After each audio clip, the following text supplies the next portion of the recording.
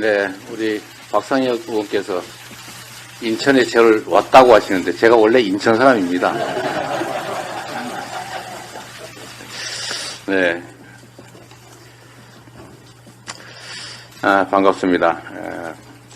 하여튼 제가 인천에 있긴 하지만 또 인천에서 최고위원회의를 개최하게 되니까 어쨌든 감흥이 남다른 건 사실입니다. 인천이 대한민국의 새로운 중심으로 성장 발전하게 되기를 기대하고 또 함께 하겠습니다. 전세 사기 피해 때문에 유명을 달리하신 사건이 있었습니다. 지금 1주기가 됐습니다. 이곳 인천에서만 무려 2,000세대가 넘는 전세 사기가 벌어졌습니다. 1년이 지났지만 뚜렷한 대책을 마련하지 못하고 있습니다. 전세 사기 대책의 핵심은 선구제 후 구상입니다. 개인 간에 벌어질 일이라고 방치할 것이 아니라 주거 문제는 그야말로 생존의 문제이고 이 주거 문제로 피해를 입어서 목숨을 버릴 만큼 정말 중요한 문제라는 것을 우리가 알 수 있습니다. 그런데 그 대책이라고 하는 것이 물론 가해자를 잡아 처벌하는 것 중요합니다. 그보다 더 급선무는 이 길바닥에 나앉은 전세 사기 피해자들에게 실질적인 주거 대책을 마련해 주는 것입니다. 그러자고 국가가 정부가 있는 것 아니겠습니까? 그래서 핵심적인 피해를 일단 국가가 선 보상해주고 선 구제해주고 그 가해자로부터 구상하는 것은 추후에 정부가 좀 일부를 담당하자라고 하는 이 제도가 실질적인 구제책일 텐데 전세 사기 피해 구제를 말만 하면서도 정부 여당이 전혀 협조를 하지 않습니다. 지금 저희가 선구제 후보상을 핵심으로 하는 전세 사기 피해자 구제를 위한 그런 특별법 개정을 하자고 하는데도 정부 여당 꿈쩍하지 않습니다. 그러면서도 지금 대통령부터 여당 비대위원장이 전국을 다니면서 온갖 약속을 쏟아내고 있습니다. 어떤 언론의 통계에 의하면 무려 900조에 가까운 약속을 했다고 합니다. 900조 있습니까? 이런 장밋빛 공약 정책 마구 발표해놓고 선거 끝나면 내몰라라 할 것 아닙니까?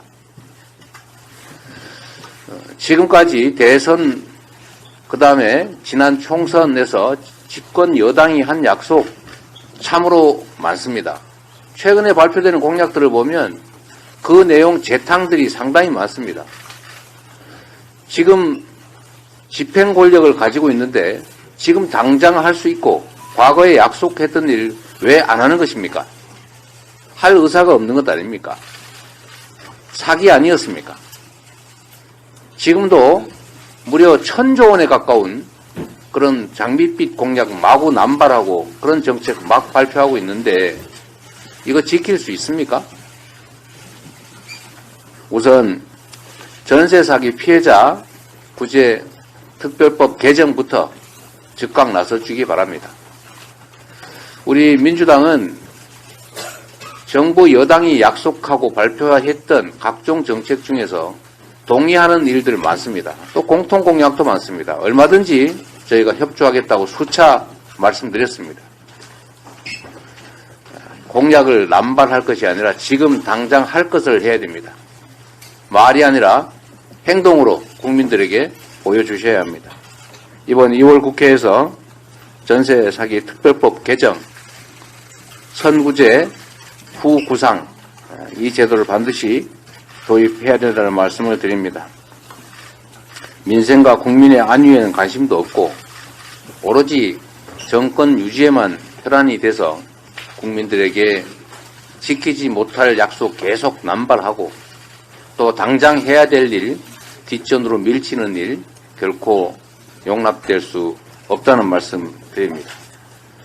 다시 말씀드리지만 지금은 대국민 정책 사기극을 할 때가 아니라 경제가 폭망하고 국민들이 죽음을 선택하면서 고통받고 있는 시기이기 때문에 진정으로 국민에게 도움이 되는 민생, 경제 정책을 실질적으로 실천해야 된다라는 말씀드립니다.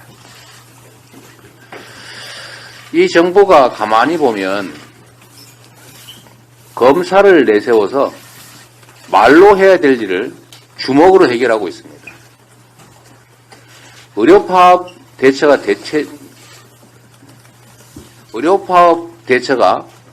대표적입니다. 모두가 예상하고 있습니다. 지금 의대 정원이 3,000명인데 지금 2,000명을 증원하면 지금 당장 그 2,000명을 대학들이 수용할 수 있습니까? 불가능합니다. 적정 규모로 보통 400~500명 정도의 정원을 늘려서 10년간 늘리면 어느 정도 수급 문제를 해결할 수 있다고 연구되고 검토되어 있습니다. 시중에 이런 얘기 떠도는 거 다 알고 있지 않습니까? 과격하게 2,000명 주장했다가 물러서는 척하면서 400~500명 선으로 적절히 타협하면서 마치 이게 큰 성과를 낸 것처럼 만들겠다, 소위 정치쇼를 하겠다라는 의혹이 있습니다. 사실이 아니길 바랍니다. 그러나 실제 흘러가는 모양새를 보면 그렇습니다. 저희가 파악한 바로는 의료계에서는 400~500명 정도의 순차 증원을 대체적으로 동의할 수 있다는 그런 분위기라고 합니다. 그러면 2,000명 고소하면서 구속하겠다고 위협하고 파업을 자극할 것이 아니라 대화에 나서야 합니다.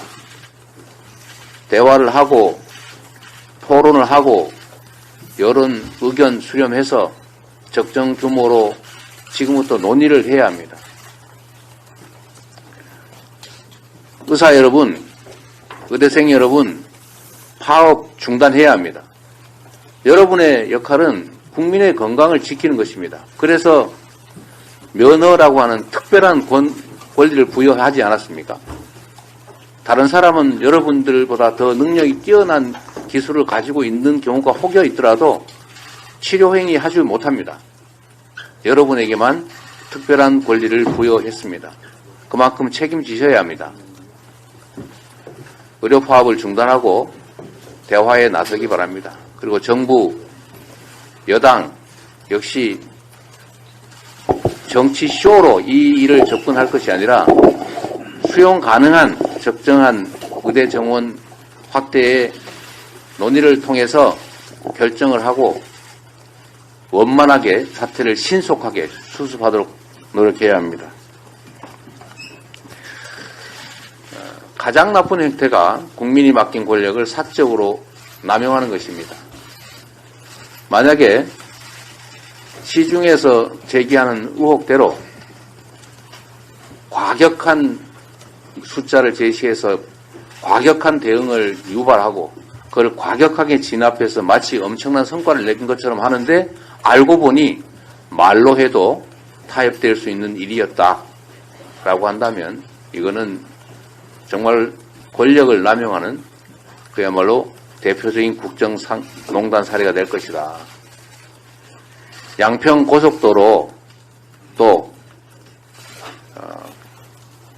최상병 사건 이런 일들의 버금가는 아니 그 이상의 국정농단 사례가 될 것이다 라는 점을 경고합니다.